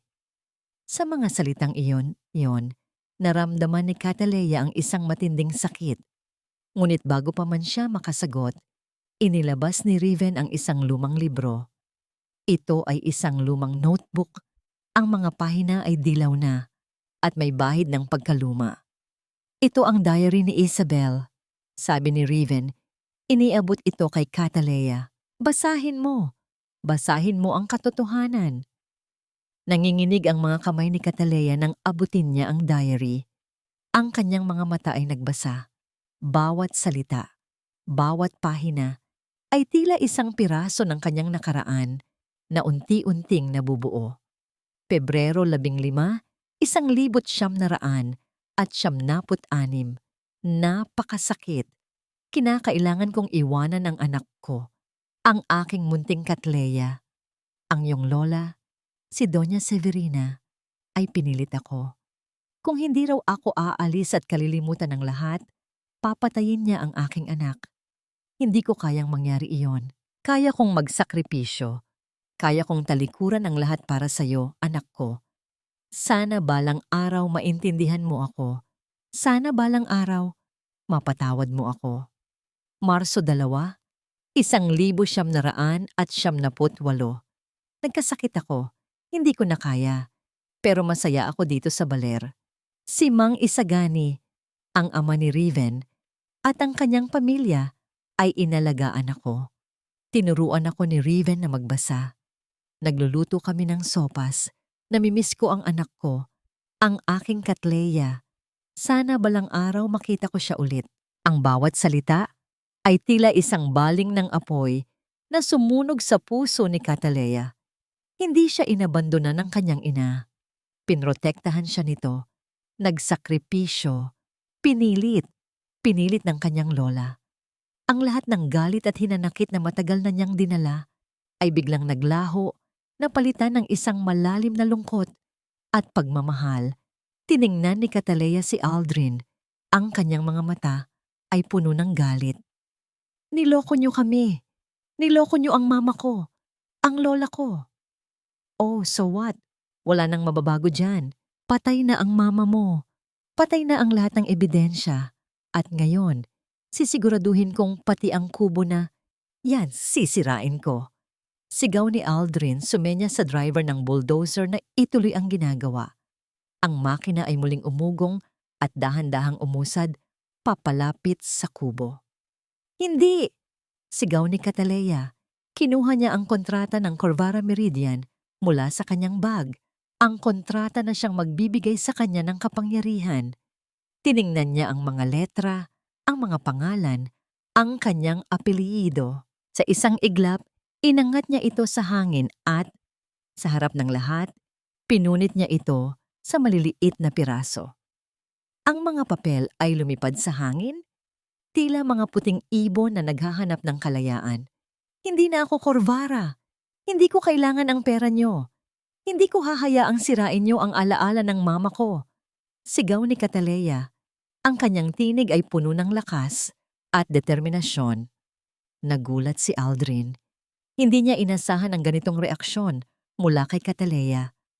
Ang kanyang plano ay nasira. Ang kanyang kontrol ay nawala. Ang galing mo, Aldrin. Nagustuhan mo ba ang palabas? Isang boses ang narinig mula sa likuran. Silwalhati. May hawak siyang cellphone at ang screen nito ay nagpapakita ng isang live broadcast. Ang lahat ng nangyari ay nai-record. Ang lahat ng panloloko, ang lahat ng kasinungalingan, ang lahat ng pagdurusa. Buong baler ang nakapanood sa kasamaan mo. Sabi ni Luwalhati. Ang kanyang tinig ay matatag. Nagngalit ang ngipin ni Aldrin. Ang kanyang mukha ay namumula sa galit. Hindi niya matanggap ang pagkatalo. Sa isang iglap, bumaba siya mula sa bulldozer. Ang kanyang mga mata ay nakatitig kay Cataleya. Hindi na siya nag-isip. Ang tanging nakita niya ay ang kanyang galit, ang kanyang puot. Gago ka! Sigaw ni Aldrin, tumakbo papalapit kay Cataleya. May balak na saktan ito. Ngunit bago pa man siya makalapit, humarang si Riven. Sinalubong niya ang atake ni Aldrin. Ang kanyang braso ay umangat upang harangan ang suntok. Ngunit ang lakas ng pinsan ni Cataleya ay labis. Isang malakas na hampas ang tumama sa kanyang noo. At naramdaman niya ang isang mainit na likido na dumaloy sa kanyang mukha. Bumagsak si Riven sa lupa. Ang kanyang mga mata ay unti-unting pumikit. Ang dugo ay dahan-dahang dumadaloy mula sa kanyang noo, kumakalat sa putik sa kanyang paanan. Riven! Riven! Ang sigaw ni Cataleya. Ang kanyang boses ay puno ng matinding takot at sakit. Lumuhod siya sa tabi ni Riven. Ang kanyang mga kamay ay nanginginig habang hinawakan niya ang ulo nito. Ang kanyang mga luha ay umagos, humahalo sa dugo sa mukha ni Riven. Ang lupaing ito ay nilalabanan ng mga Corvara gamit ang dugo ng kanyang ina, at ngayon, ang dugo ni Riven. Ang pagbagsak ni Riven sa lupa, kasama ang dugo na dahan-dahang dumadaloy mula sa kanyang noo, ay tila isang balde ng malamig na tubig na ibinuhos sa lahat ng nanonood. Ang kaninang pagtatago ng kanilang mga emosyon ay biglang naglaho. Ang matinding takot at galit ay bumalot sa buong palayan. Si Cataleya, na nakaluhod sa tabi ni Riven, ay naramdaman ang panginginig ng kanyang mga kamay habang pilit niyang pinipigilan ang pagdurugo sa noo nito. Ang kanyang mga luha ay umagos, bumabasa sa kanyang pisngi. Riven, gumising ka! Please, huwag kang bumitaw! Ang pabulong na pagmamakaawa ni Cataleya, ang kanyang boses ay basag at puno ng desperasyon. Ang livestream ni Luwalhati ay patuloy na umaandar. Ang lahat ng nangyari ay nai-record. Ang suntok ni Aldrin, ang pagbagsak ni Riven, ang pagmamakaawa ni Cataleya. Ang katotohanan ay unti-unting lumalabas sa mga mata ng publiko. Hindi nagtagal, nagsimulang dumami ang mga tao. Ang mga magsasaka na nakapanood sa livestream ay nagmadali na lumapit sa pinangyarihan. Ang kanilang mga mukha ay puno ng galit.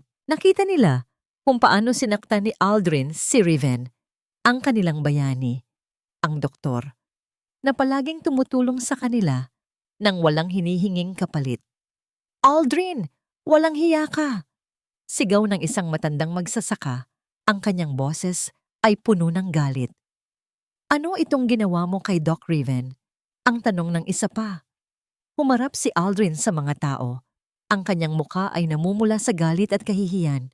Huwag kayong makialam. Ito ay usapin ng Corvara. Walang kinalaman ang mga pulubi na tulad nyo. Ngunit hindi na nakinig ang mga tao. Mas lalo silang dumami. Pumapalibot kay Aldrin. Ang kanilang mga boses ay nagiging isang malakas na pagtutol. Ang kanilang mga kamao ay nakakuyom. Hindi na sila natatakot. Hindi na sila magpapahintulot na yurakan ang kanilang karapatan, ang kanilang dangal. Tumayo si Cataleya. Ang kanyang mga mata ay nanatili sa mga tao.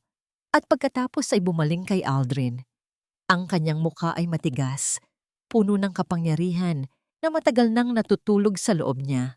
Ngayon, hindi na siya natatakot.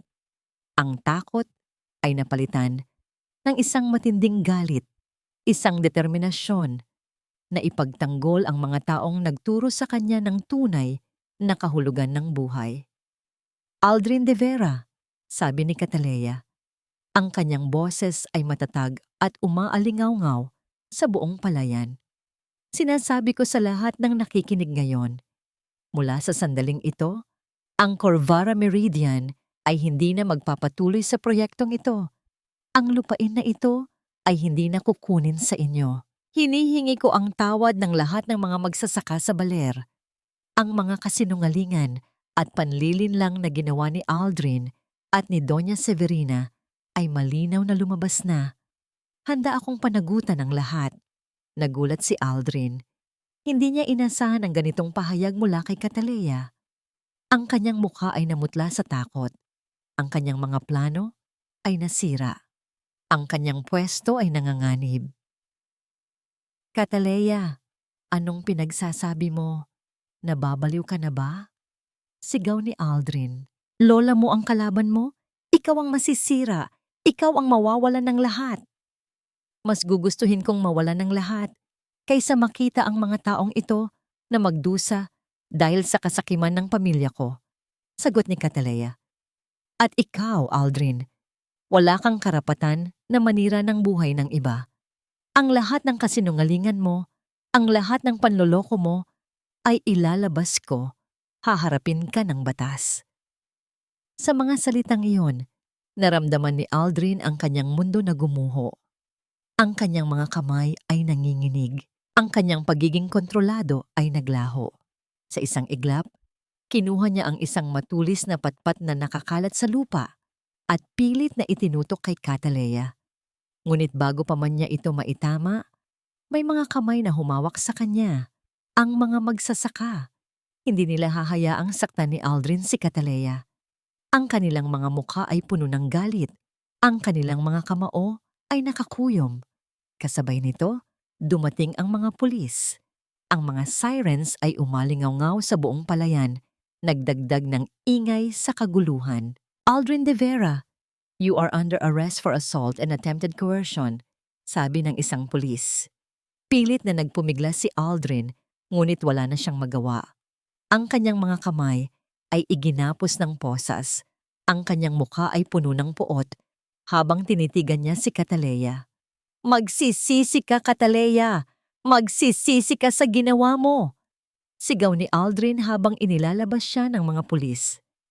Naramdaman ni Cataleya ang isang kakaibang ginhawa. Ang kanyang puso ay tila nakalaya mula sa matagal na pagkakakulong. Sa wakas, nagkaroon ng hustisya. Sa wakas, nagkaroon ng katotohanan. Ngunit ang ginhawa na yon ay agad na napalitan ng pag-aalala. Bumalik siya sa tabi ni Riven na walang malay pa rin. Kinuha niya ang kanyang kamay, ang kanyang mga mata ay nanatili sa lalaking nagligtas sa kanya. Dumating si Doña Severina. Sumakay siya sa kanyang itim na sasakyan. Ang kanyang mukha ay matigas pa rin, ngunit ang kanyang mga mata ay nagtatago ng isang kakaibang takot. Nakita niya ang lahat. Nakita niya kung paano bumagsak si Aldrin, kung paano nagsalita si Cataleya, kung paano nagkaisa ang mga magsasaka. Ang kanyang kontrol sa sitwasyon ay tuluyan ng naglaho. Sa gitna ng kaguluhan, tinawagan niya ang kanyang abogado. Kailangan nating maghanda. May kaso si Cataleya sa atin at mukhang mawawala ang lahat ng Corvara. Naiwan si Cataleya sa tabi ni Riven. Ang kanyang kamay ay mahigpit na nakahawak sa kamay nito. Ang araw ay unti-unting sumisikat, nagbibigay ng liwanag sa palayan. Ngunit sa kanyang puso, isang matinding takot ang naramdaman niya. Si Riven. Kailangan niyang mabuhay. Kailangan niya itong makita ulit na nakangiti. Ang kanyang mata ay napadako sa nakakalat na piraso ng kontrata. Ang kanyang pangalan ay nandoon pa rin. Ang kanyang pagtalikod sa Corvara ay nangangahulugan ng pagkawala ng lahat. Ang kanyang mana, ang kanyang yaman, ang kanyang buhay. Ngayon, siya ay isang walang-wala. Ang mga oras na sumunod sa pagbagsak ni Riven ay tila isang malabong panaginip para kay Cataleya. Ang kanyang mundo ay umiikot sa paligid ng lalaking nakahiga sa sahig. Ang kanyang ulo ay nakasandal sa kanyang kandungan. Ang mga magsasaka ay agad na tumulong. Binuhat si Riven patungo sa klinika kung saan inalagaan siya ng kanyang mga kapwa-doktor. Si Cataleya ay nanatili sa tabi nito, hindi umalis kahit isang saglit. Nang imulat ni Riven ang kanyang mga mata, ang unang nakita niya ay ang nag-aalalang mukha ni Cataleya. Ang kanyang mga mata ay namamaga, Ang kanyang buhok ay magulo, ngunit ang kanyang pagmamalasakit ay malinaw na nakaukit sa kanyang mukha. Raven! Pabulong niyang sabi. Ang kanyang boses ay puno ng ginhawa. Isang mahinang ngiti ang sumilay sa labi ni Raven. Ayos lang ako, mahina niyang sabi.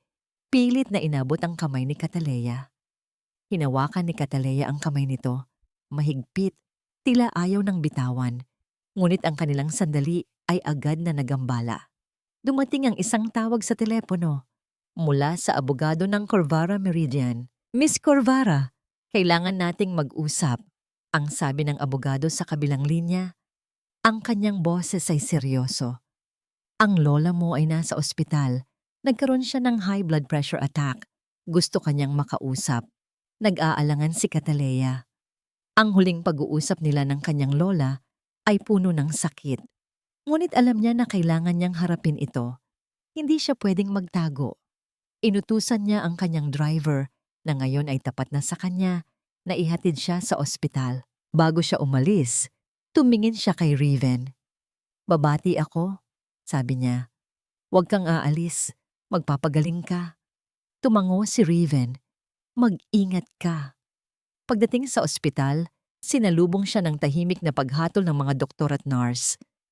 Si Doña Severina ay nakahiga sa kama. Ang kanyang mukha ay namumutla. Ngunit ang kanyang mga mata ay nanatiling matalim. Sa kanyang tabi ay ang kanyang abogado na handa na sa laban. Cataleya, mahina, ngunit madiin na sabi ni Doña Severina. Alam kong galit ka sa akin. Ngunit ang lahat ng ginawa ko ay para sa kabutihan mo. Para sa pangalan ng Corvara. Ikaw ang nagdala ng kahihiyan sa pamilya. Ipinahiya mo ako sa buong baler. Ang kahihiyan ay gawa niyo, Lola. Matatag na sabi ni Cataleya. Ang pagtatago ng katotohanan tungkol sa mama mo ko. Ang panloloko niyo sa mga magsasaka. Ang paggamit niyo kay Aldrin. Hindi ito para sa kabutihan ko. Para ito sa kapangyarihan niyo. Walang sino man ang makakaintindi sa ginawa ko, sabi ni Doña Severina, pilit na umupo. Ako ang Corvara. Ako ang nagprotekta sa pangalan natin. Kung ipagpapatuloy mo ang pagsuway, kung pipiliin mong magpakahirap kasama ng mga magsasaka, mawawala ang lahat sa'yo. Ang mana mo, ang lahat. Ito ang huling pagkakataon mo, Cataleya. Sumunod ka sa akin o mawawala ka sa amin. Isang matinding laban ang nangyayari sa loob ni Cataleya. Ang kanyang buong buhay ay nakasalalay sa kanyang desisyon. Ang yaman, ang kapangyarihan, ang pangalan ng Corvara o ang katotohanan, ang pagmamahal at ang bagong pamilya na natagpuan niya sa baler. Tiningnan ni Cataleya ang kanyang lola. Ang kanyang mukha ay puno ng matinding kalungkutan. Hindi niyo po ako pwedeng kontrolin, Lola.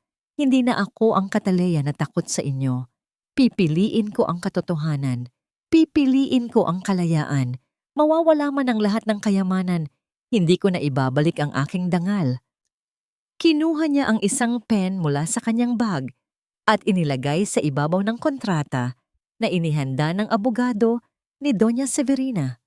Ito ang dokumento na maglilipat ng kanyang lahat ng mana sa kanyang lola. Walang pag-aalangan, pumirma siya.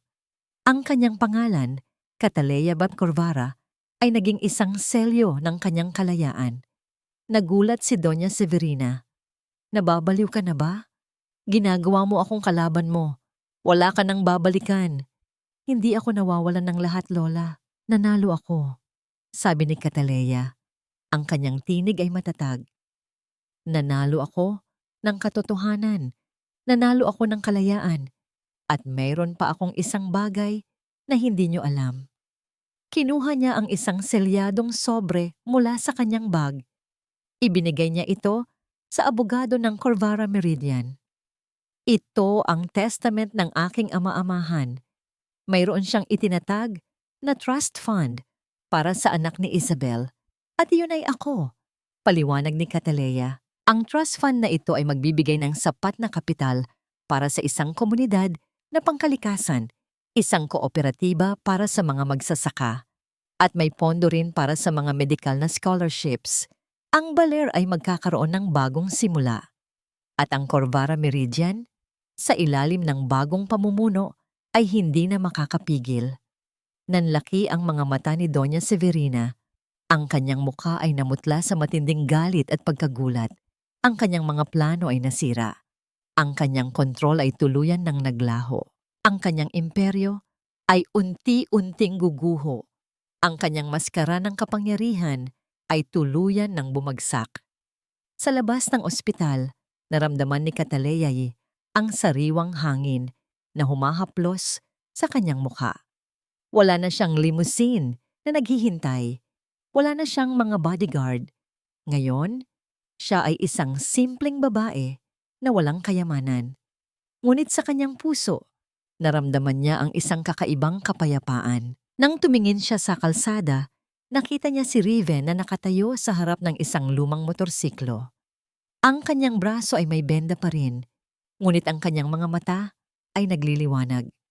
Ngumiti siya, isang tunay na ngiti na hindi na niya kailanman inakala na makikita niya. "Tara na?" tanong ni Riven. Iniabot ang kanyang helmet. Lumapit si Cataleya. Isang malaking mamamang ngiti ang sumilay sa kanyang labi. Umangkas siya sa motorsiklo, ang kanyang mga braso ay dahan-dahang yumakap sa baywang ni Riven. Naramdaman niya ang init ng kanyang katawan, ang tibok ng kanyang puso.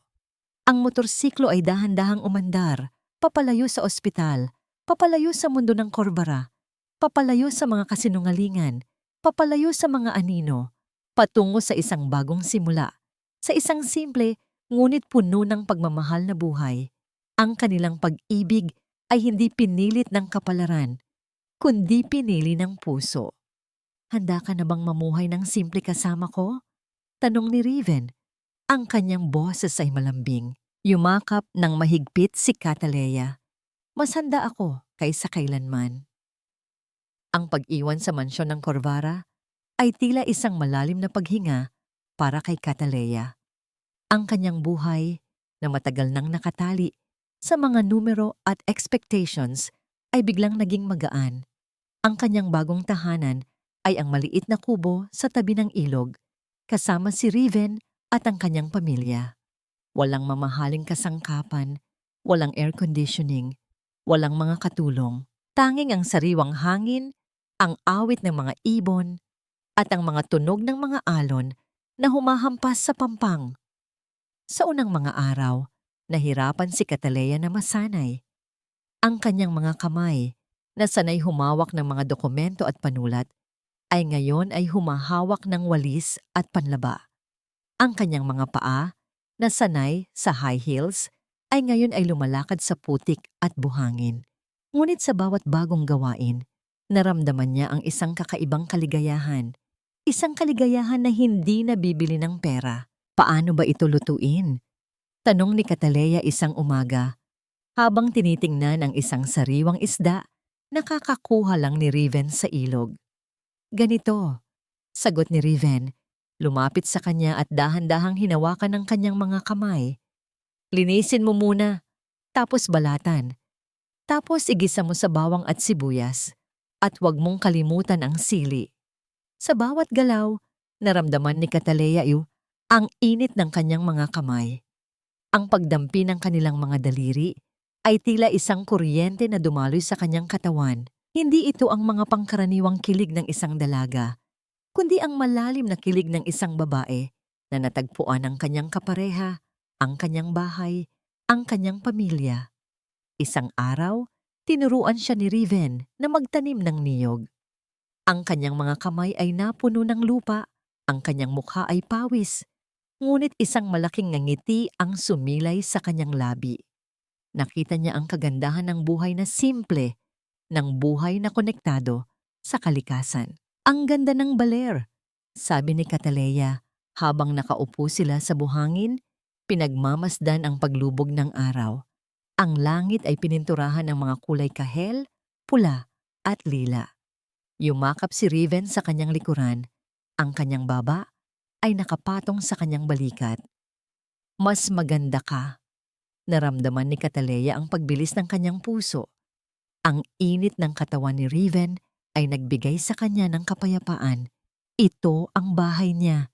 Ito ang pamilya niya. Ito ang pag-ibig na matagal na niyang hinahanap. Ginamit ni Cataleya ang trust fund na iniwan ng kanyang ama-amahan. Tinupad niya ang pangarap ni Riven na magkaroon ng isang komunidad na pangkalikasan. Sa halip na magtayo ng resort, itinayo niya ang Langsin Thai Isabel, isang kooperatiba kung saan ang mga magsasaka ay magiging kapartner, hindi lang manggagawa. Itinayo niya ang isang modernong klinika na may kasamang scholarships para sa mga kabataang gusto maging doktor. Ang Baler ay unti-unting nagbabago. Isang gabi, habang naglalakad sila sa gilid ng ilog, sa ilalim ng maliwanag na buwan, huminto si Riven. Lumingon siya kay Cataleya.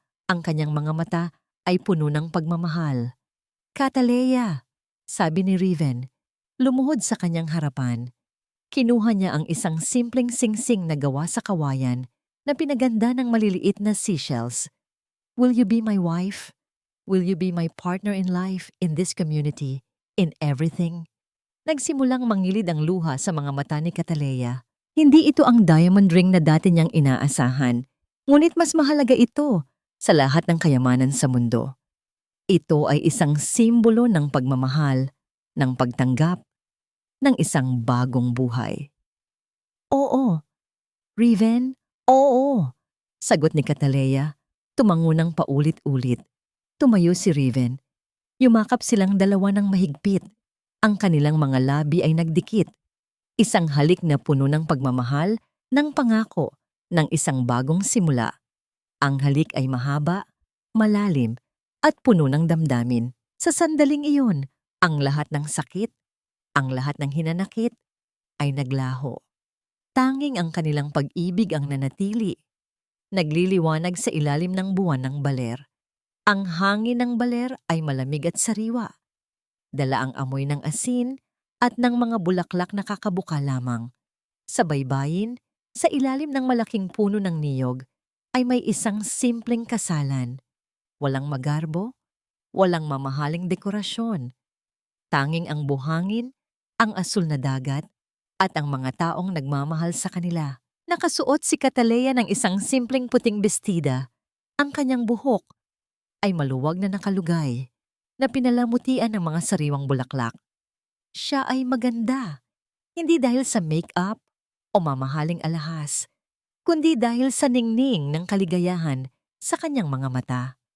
Sa kanyang tabi ay si Riven, nakasuot ng barong Tagalog.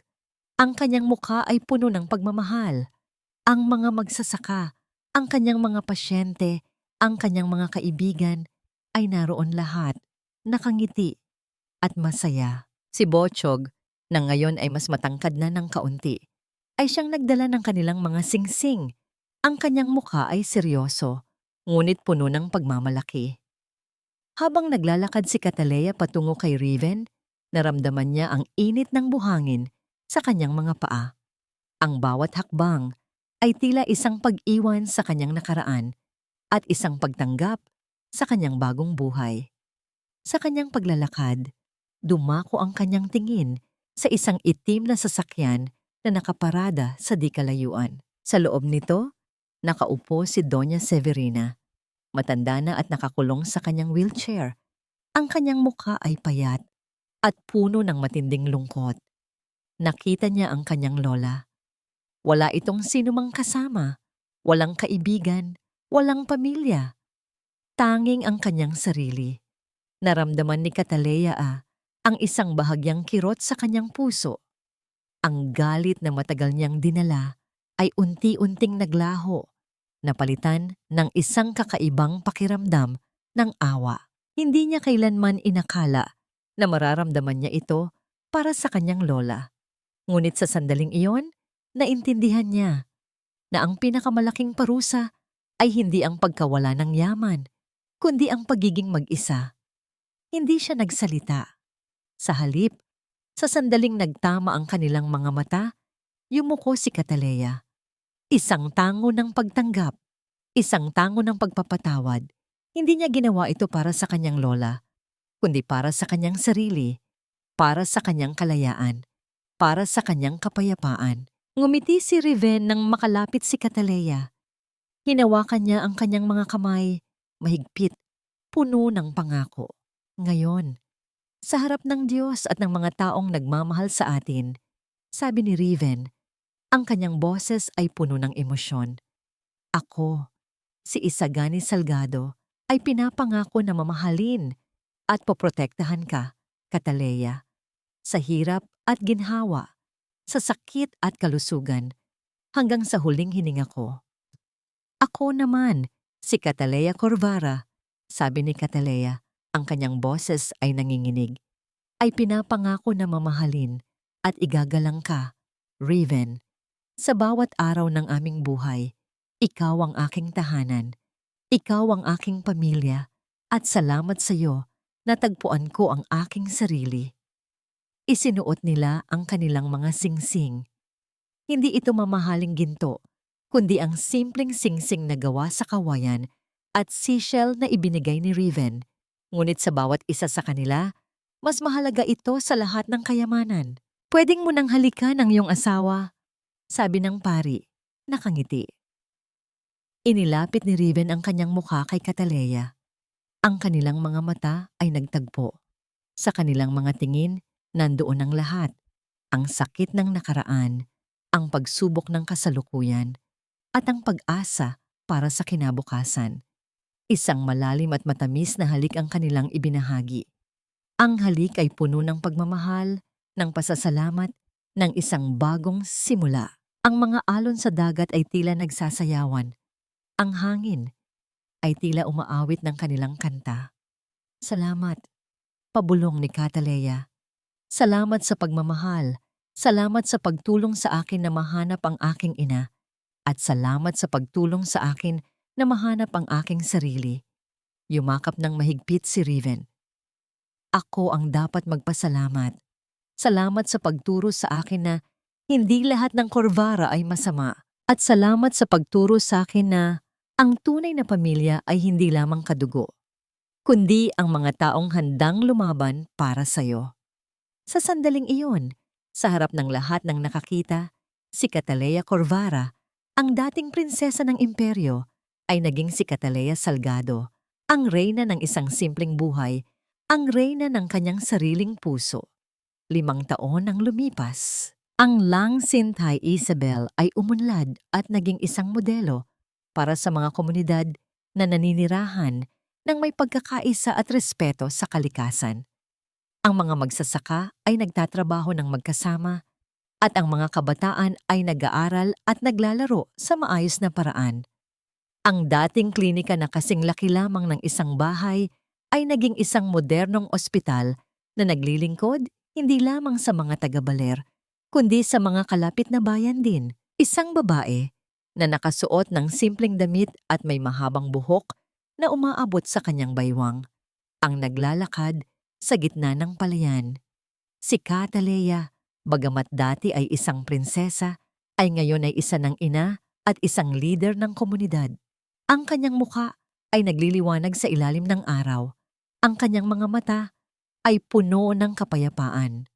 Mama, bakit po ganito ang lasa ng sopas? Tanong ng isang batang babae na may halos parehong edad ng kanyang ina noong nawala ito. Ang kanyang pangalan ay Isabel, pinangalan kay lola niya, para huwag itong malimutan. Si Isabelita, giliw na giliw ni Riven. Dahil may espesyal na sangkap, anak, sagot ni Cataleya. Kinurot ang ilong ng kanyang anak. Ang pagmamahal. Napatingin si Cataleya kay Riven na abala sa pagtulong sa isang pasyente. Isang malalim na ngiti ang sumilay sa kanyang labi. Siya pa rin ang doktor na tinitingala ng lahat. Ngunit ngayon, mas masaya na siya dahil nakikita niya na ang kanyang mga pagsusumikap ay may saysay, hindi lang sa kanyang sarili, kundi sa buong komunidad. Dumating ang isang babae. Cataleya, mayroon pong bisita. Siya po ay naghihintay sa ospital. Naguguluhan si Cataleya. Nagtungo siya sa ospital at nakita ang isang babaeng nakaupo sa waiting room. Siya ay matanda na, payat at puno ng wrinkles. Ngunit sa kanyang mga mata, mayroong liwanag ng awa at panghihinayang. Doña Severina? Tanong ni Cataleya, lumapit sa matanda. Tumayo si Doña Severina, pilit nang ngumiti. Cataleya, gusto kitang bigyan ng tawad. Alam kong nagkamali ako. Alam kong sinira ko ang iyong buhay. At alam kong hindi mo na ako mapapatawad. Pero gusto ko lang malaman mo na palagi kitang mamahalin. Ikaw, ang aking apo. Yumuko si Cataleya at hinawakan ang kamay ng kanyang lola. Pinatawad na po kita, Lola. Matagal na. Sana po maging mapayapa kayo sa pagtanda. Ngumiti si Doña Severina. Ang kanyang mga mata ay puno ng luha. Salamat, Cataleya. Salamat. Tinalikuran ni Cataleya ang kanyang lola. Sa wakas, nakalaya na siya. Ang pagpapatawad ay hindi lamang para sa mga taong nakasakit sa atin, kundi para rin sa ating mga sarili.